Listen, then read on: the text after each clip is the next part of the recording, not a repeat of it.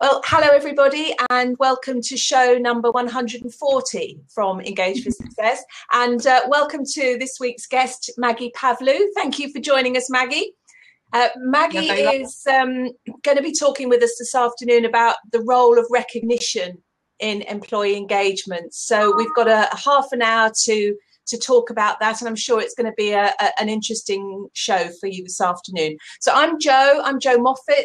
As regular listeners know, there's two of us. So I'm Jo Moffatt, not Jo Dodds. I'm MD and founder of Wood Reed. We're a specialist ad agency, and we use brand to engage audiences on the inside and brand techniques to engage audiences on the inside in the same way that marketeers use brand to engage external audiences. So that's me. As I say, our guest this afternoon is Maggie. Maggie Maggie wears two hats. She's founder of PeopleGauge, employee engagement software, and also HR director of Parkdean. So I wonder, Maggie, tell us a little bit about the Parkdean role first, and then we'll talk a little bit about where PeopleGauge fits in with that. So how long have you been with Parkdean? I've been with Parkdean Holidays just over 10 years now. Mm-hmm. Righto. And always in an HR role? Yeah, I'm HR director here. I joined as 2004 actually as HR director. I've worked in the leisure field itself for about 30 years, right? But in HR for about 15 of them. Okay. So, but you're also founder of PeopleGauge. So tell me a little bit about that. I am. PeopleGauge is is an online survey tool. It measures employee engagement. Employee engagement is incredibly close to my heart. It's my thing. I think it's one of those really good tools and things that HR directors or HR people have at their disposal. And to be honest, I just got a bit fed up of using other people's products, and I didn't feel as though it was quite measuring what I wanted to measure, what I thought was right. And so several years ago, some very, very clever people helped me design something that I was more comfortable with, and that I think addresses the gap in the market. Right, and we'll talk a little bit more about that in terms of how it fits with what you do at Parkdean in a moment, because clearly they sort of come together. So we're going to talk about recognition this afternoon, and recognition obviously is a topic it's not new to Engage for Success Radio. You know, we've talked about it a lot. It's clearly an important one. What does it mean? As far as you're concerned, what's recognition for you? Why is it such a key thing? I think in all walks of life, and certainly all the sectors that I've worked in, getting the very, very best out of anybody, no matter what level they're at, junior, senior, whatever discipline they're in, somebody, their boss usually, but certainly their peers as well, recognising people just for the effort that they've put in, as well as the achievement they've made, is really, really important. But to do that very, very authentic, very genuinely, not sort of thank you, but very, very genuinely is really key. You know, you see people, if you give them a handwritten note, they'll keep it forever. It's like when a child gets a gold star from the head teacher for the effort that they've put in. It makes them want to work harder, want to try harder. To be honest, I just think that's no different in the world of work. Right. Okay. Right. Well, we'll talk about that in a moment. Yeah, sure. A little bit more how we're going to make that happen. You talked about employee engagement being your passion, and it's certainly mine and the team here at Wood Reed as well. And clearly, it's something that drives everyone who's involved with Engage for Success. So, how do you define it? I mean, if someone comes up to you and says, "Okay, tell me why is employee engagement so important to you?" How do you actually define your terms? We sort of tend to have a bit of a catchphrase, which is about it's not a dark art, but if you get it right, it does work like magic. Right. To me, employee engagement is it's not about people being happy. It's not about them being satisfied. I think it's much more than that.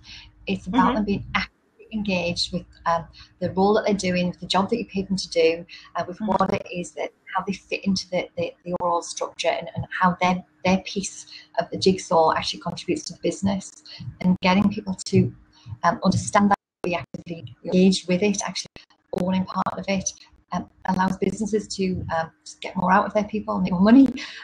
So it's not a warm and fluffy thing. I think long gone are the days of employee employee satisfaction, really. It is much more about a business tool, a metric that helps you identify where the good people are, because they don't come into work wearing sort of purple jumpers and yellow spots. You can't tell that easily where actively disengaged people are, but actually they can have a real drain on your organisation if you're not careful. So it's important to me that you can identify areas and pockets of people that are actively disengaged and do something about that. But that also you can check your passive people are, where the people are that are just fine, and you need people like that, but you don't want too many. And then actively engaged people that really drive things forward. Right. Okay. So just taking that into the context of Parkdean then. So Parkdean are a leisure park, yeah?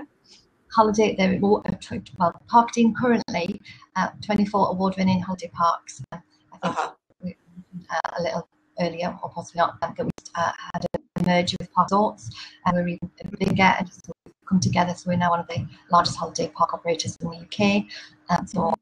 But both in very, very similar fields, and both seasonal and established staff. So how many people are we talking about in terms of employees there then now with the combined business? Collectively, we've got something like 1,500 established staff and about 8,500 seasonal staff.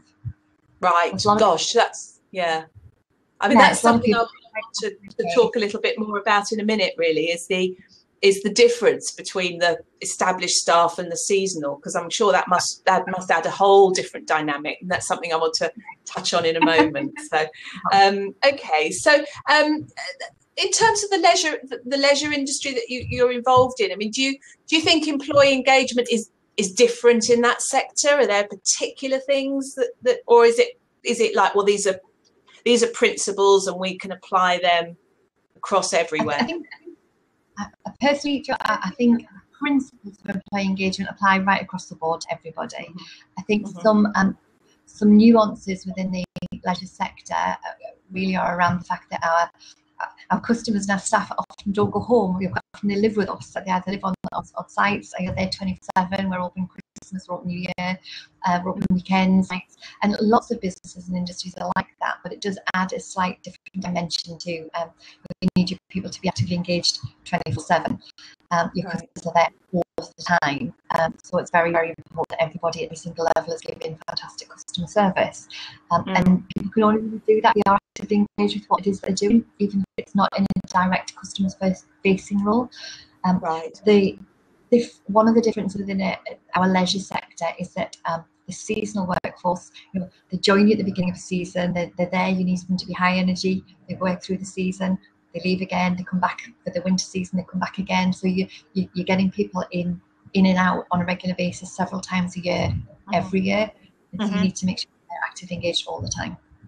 So from a loyalty perspective, there is quite a lot of people who come back season after season.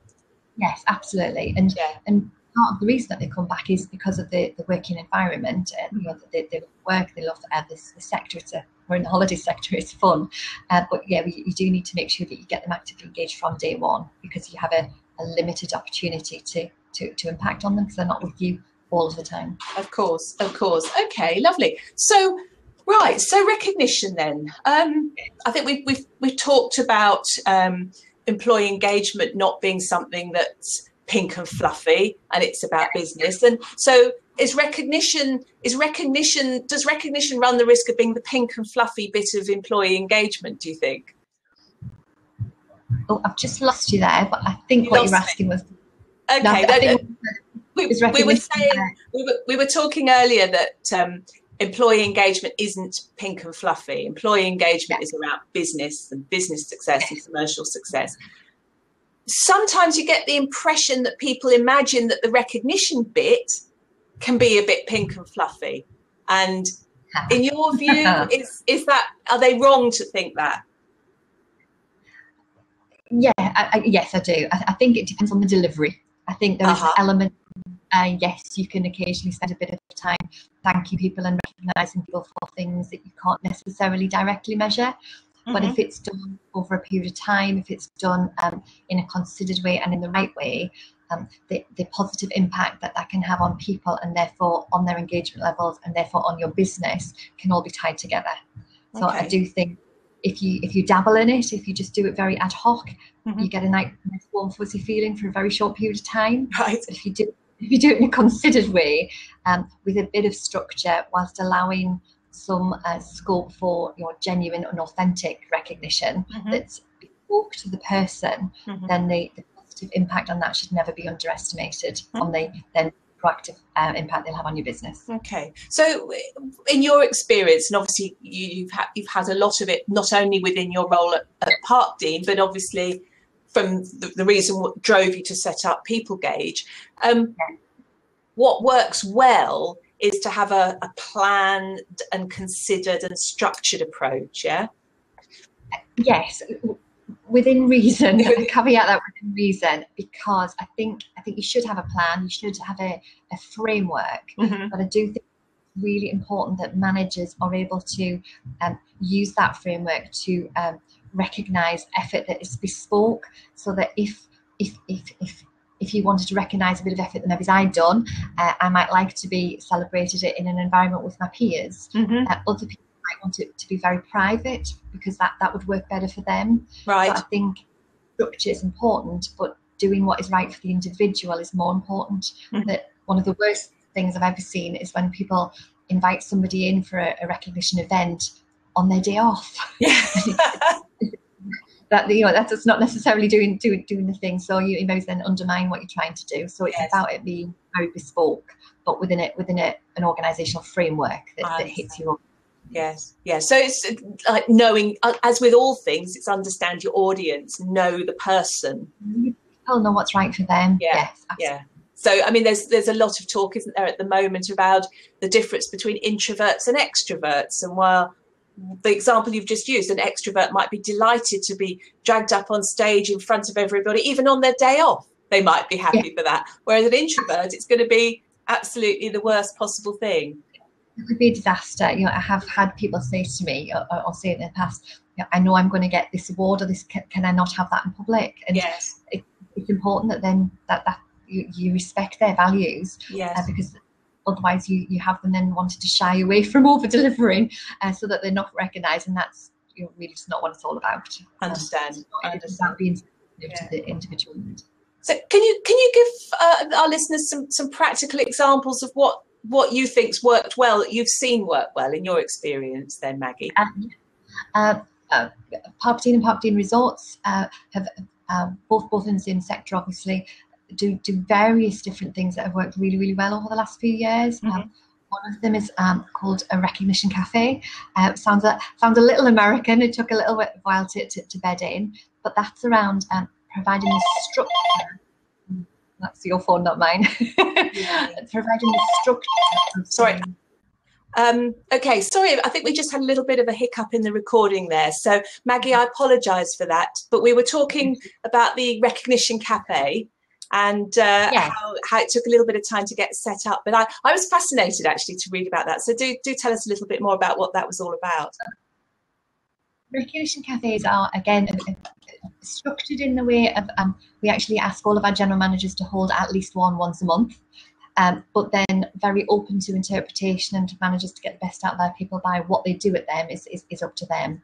But we actively encourage all of our managers to find things to recognise and celebrate with their people, and whether that is some formal training, some great customer service, some people going above and beyond Employee of the Month, some potential long service or contribution to values, and they celebrate that, from everything from giving small awards to big awards, to having cake, to having cheese and wine, to having pool parties, whatever it is, whatever works. For those individuals.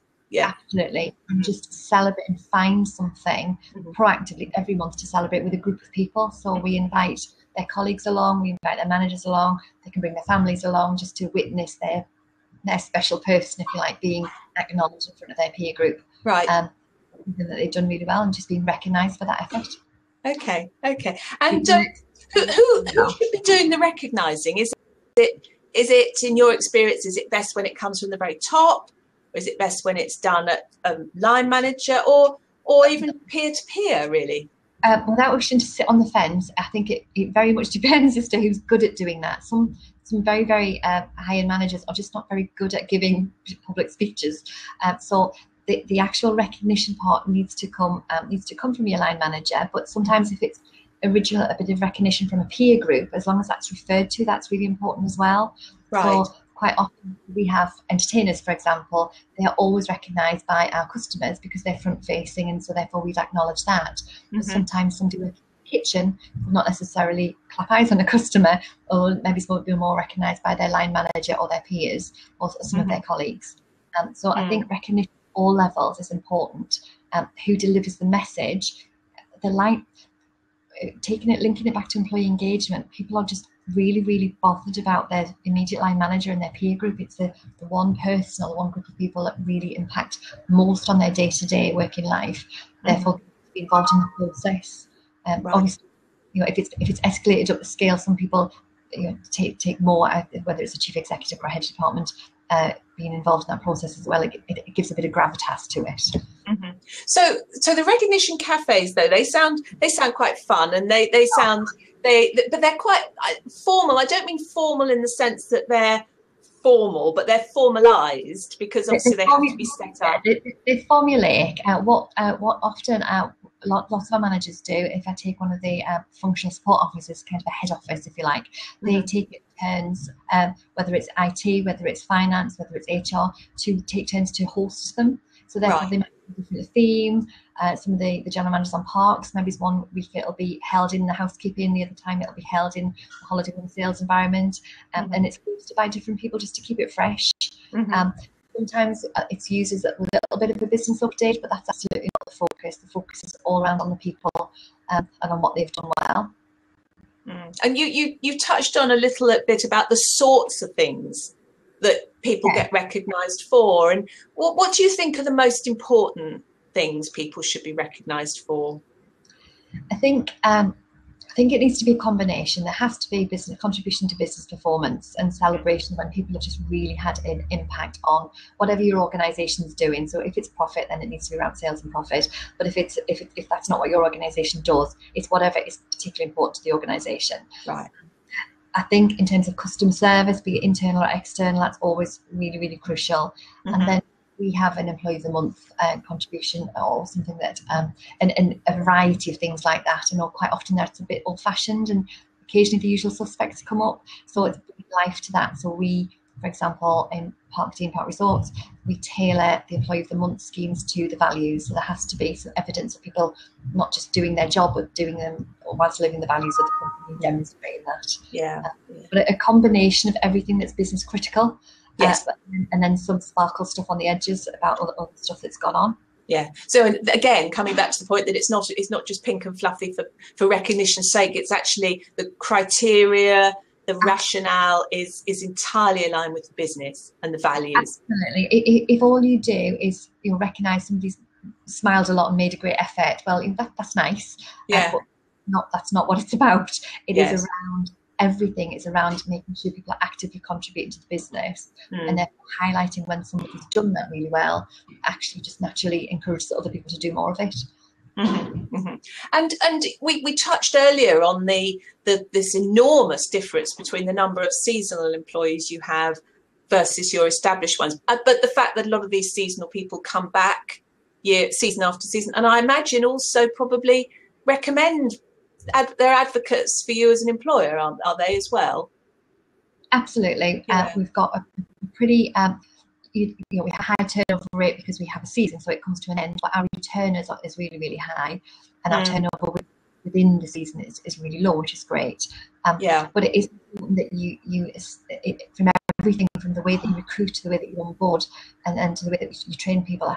We really focus on actively engaging with our people at every stage of that process. So literally, you hit the ground running and feel part of, with Parkdean Park Resorts. Ultimately, we're a holiday business. We should be fun to work with. We're getting seriously wrong. But so it doesn't. I really think it doesn't really matter what it is that you do as a business. But that onboarding piece of when you get your staff from recruitment to onboarding to inducting, you have to cover customer service, values, and employee engagement at every single stage. But right at the beginning is crucial. So with our staff, it's even more important that you get that right straight away, because they are the customer facing people. They make all the difference. Do you find that are seasonal staff more responsive to, do they respond more to recognition than established ones do? Is there any difference, or is it just, no, these principles, it's humanity? I firmly believe, I'm a huge believer in Maslow. I'm that junkie. I firmly believe that actually it really doesn't matter. It could be the chief executive. If he gets the award, he's equally as happy. Right. And I don't think the more you get paid, the more senior they are, the older you get. I don't really think anybody loses that nice warm fuzzy feeling. Yeah. And somebody doing a cracking job. Yes, makes you feel good. Yeah, absolutely. And you talked a little bit as well about the kitchen staff, for example, versus the entertainers, those people who are really obviously customer facing, and those people who are a little bit more behind the scenes. Do you have to just work a bit harder to try and bring those non-customer facing people along with you in terms of making sure they don't get left out? That's really down to the skill of their managers, and I think the skill of maybe the general managers or the function head or whatever it is that really, and then we encourage those people to make sure that they proactively go out and find good evidences of good performance and things to recognise. So it's not as trite as maybe a school gold book for children where everybody has to take their turn. It's not what it's about at all. It is around being very targeted, very specific, but proactively going and looking for examples of great performance. Yes, in whatever the. Yeah, so it's not. Yeah, it's very much. It's not your turn, because that completely undermines the whole point of it, doesn't it? Really. No, that people do that, and they do it. They mean well, but it just has no significant or sustained impact. It has that's great. So what? So do you brief your managers? Do you brief your managers on how they should do this? Do you said some people do it and they mean well, but presumably you have to train them to do this right. All of the managers right across the board, we work on these are the basics.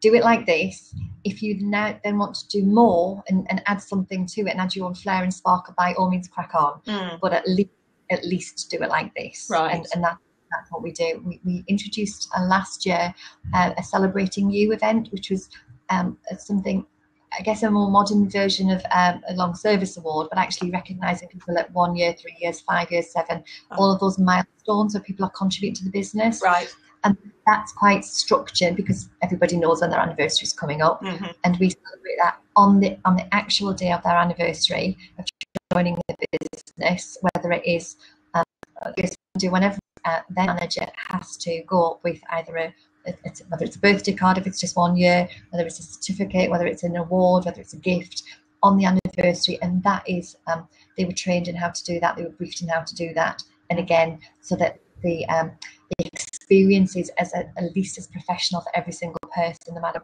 which part of the country and which department they work in. Managers then on top of that do their own thing. Right, I see. Fine. So, people gauge. Let's come back to that then. You obviously you wear two hats, and you said at the beginning that you scoped out the product or the software because you felt that a lot of the things you were finding as an HR director weren't delivering what you wanted. So, tell us a little bit about what People Gauge does then, and how do you use it at Parkdean? Because I believe that you do, don't you? Yes, we do. Yes, I have to use my own. Yes, absolutely. People Gauge is it's just a really, really simple way of measuring employee engagement. It's an online tool. It's 16 statements. People have to rate them on a 1 to 5 scale. So nothing new there. But what is new is that it's all based on Maslow's hierarchy, adapted across the way of working, and the way in which it does it, and the way in which it produces the reports. Unlike some other surveys where you in effect have had 16 statements, one will reach the bottom, you fix that one, next time you do it, something else is at the bottom, fix that one, and it just never ends. People give reports in 5 themes, Maslow's hierarchy mapped onto work, and what that does is that focuses the managers on getting significant and sustained improvement, rather than just fixing the bottom of the pile. Okay, so rather than just fixing something tactical, a tactical intervention that then gets replaced by something else, this is actually, it's small enough things to focus on to actually make a change, rather than just twiddling something here and twiddling something there. Absolutely. It gives managers a really focused plan. The reports are really to use, really active. We encourage all of the clients to share all of the reports with all of their staff. And certainly in Parkdean's history, over the last 5 years, they've been using it. We have actively increased our actively engaged population significantly and reduced our actively disengaged population to 4.4% now. So it's under 5, fabulous. So we dealt with that. Right. Okay. And does it break down to individual sites or function areas or? Yes, the system breakdown is you can slice and dice it whichever way your organisation filters. So at Parkdean, we break it down about 4 or 5 areas based on location, geography, location or function, however you want to do it. Some of the other clients sit down on 2 areas, some have 30 areas. But really, our advice is you break it down to how you manage your business so that it completely replicates how you organise and how you manage your business so people can do something with the results. I think historically people have done employee satisfaction surveys, employee engagement surveys. They do the survey, they produce a set of results, they stick them in a drawer and they do it again the next year. And then sometimes they're very surprised when they haven't moved forward. The results of Parkdean, the better our businesses, the better businesses that we have in the sector are the ones with the most actively engaged staff. So we can join the dots there, which pleases everybody. Yeah, and proves to those naysayers that there is a direct and incontrovertible link between. Absolutely, I'm delighted to say that if you walk into our finance director or our chief executive's office, they have their gauge scores there, because actually we have proved that, and they've done that themselves. That wasn't kind of a change management project. That's just a result of them really believing in, as trite as it occasionally sounds, if you get the very best out of the people, you make more money. Yeah. Why would you not want to do that? Yeah, absolutely. Why wouldn't you want to do that? Absolutely. So interestingly, you're obviously at a very interesting point as far as Parkdean is concerned with the merger, which is literally, I think it's only dry a couple of weeks or something, isn't it? I mean, it's very new, isn't it?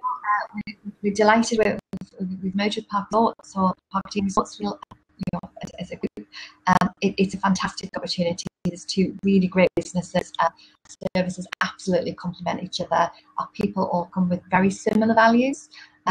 There's obviously some merging to be done of cultures, but by and large we come from both really sort of credible in our own sector, both really credible organisations with lots of shared synergies and values.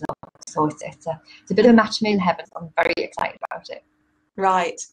Okay, good. And do you imagine then that it'll be a kind of business as usual as far as the sort of whole approach to recognition is concerned, as using the sort of recognition as the glue that will really start to bind those 2 businesses together?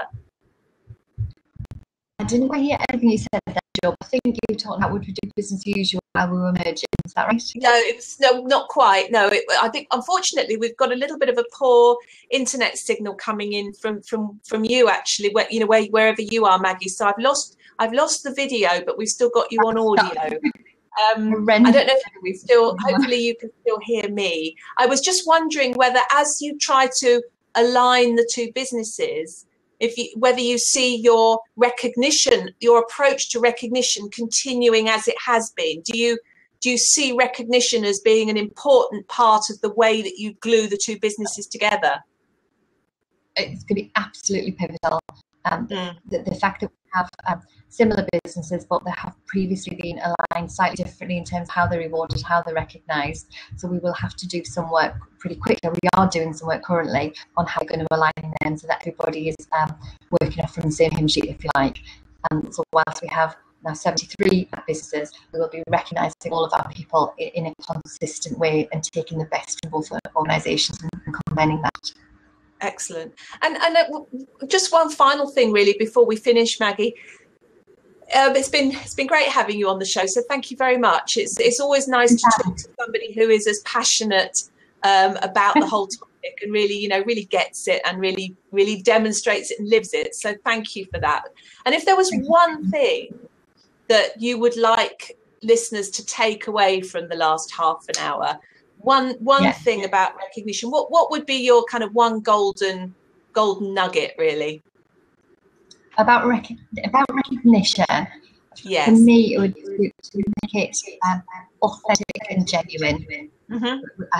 You can't, and actually, it sounds a little contrived, but a handwritten note to a member of staff or a colleague or your boss to thank them for something. Just it's a thing that they keep with them, they stick it on the door and they keep hold of it, and I would just do more of that. Yeah. I mean, you're right. You're absolutely right. It's that value in somebody's taken the time to actually handwrite something and give it to me. It's really, it is priceless, isn't it, really? It is, but I think just keep it genuine. But equally, make sure you're recognising people for the things that contribute to the business. Yes. And keep it focused. Yeah, absolutely. Great. Well, thank you, Maggie, very much for joining us. I'm sorry we've had one or two little technical glitches along the way, but it's I hope that's not impacted on your enjoyment of being on the show with us today. So all that remains for me to do before we say goodbye is just to do a quick plug for Engage for Success's Christmas show, which is on Monday the 14th of December, and we're going to have a live recording with Sing and Inspire. Sing and Inspire were an organisation who were on the show 18 months or so ago, talking about how they use singing and choirs within organisations to create engagement and communities and so on.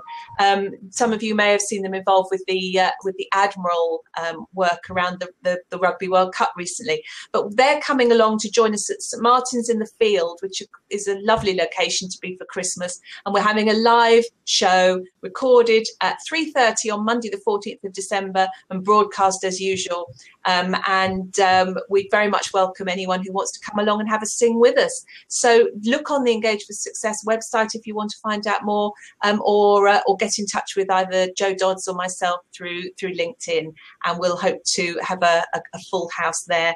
And I'll just say thank you very much, Maggie, and thank you very much for joining us. Bye-bye. Bye. Bye-bye now.